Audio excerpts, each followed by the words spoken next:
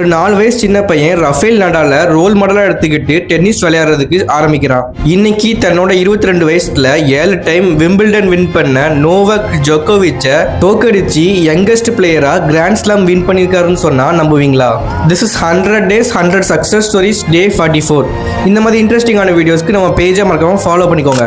2003 ஸ்பெயின்ல இருக்கிற ஒரு சின்ன டவுன்ல தான் கார்லோஸ் ஆல்கரஸ் பிறக்கிறாரு. பெருசா வசதியான ஃபேமிலி இல்ல, பக்கத்துல டென்னிஸ் அகாடமி கூட கிடையாது. ஆனா தன்னோட அப்பா ஒரு டென்னிஸ் பிளேயர்ன்றதுனால தன்னோட அப்பாவோட கோச்சிங்ல செம்மன் கிரவுண்ட்ல டென்னிஸ் விளையாடுறதுக்கு ஆரம்பிக்கிறாரு. டென்னிஸ் லெஜெண்டான ரஃபேல் நடால் விளையாடுறத டிவில பார்த்து நம்மளும் ஒரு நாள் ஒரு பெரிய டென்னிஸ் பிளேயரா ஆகணும்னு ஆசைப்பட்டு தன்னோட 15 வயசுல ஜூவன் கார்லோஸ் ஃபெரேரோன்ற ஒருத்தர்கிட்ட கோச்சிங்க்கு போறாரு.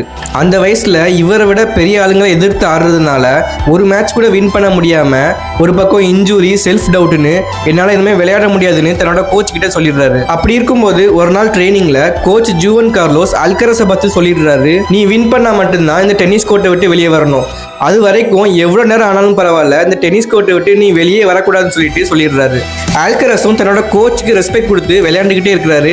ஆனா ஆப்போசிட் சைட்ல இருக்கிறவங்க மட்டும் வின் பண்ணிக்கிட்டு மாறிக்கிட்டே இருக்கிறாங்க. ரொம்ப நேரம் விளையாண்டு ரொம்பவே டயர்ட் ஆகி கடைசியில வின் பண்ணி தான் வெளியே வராரு.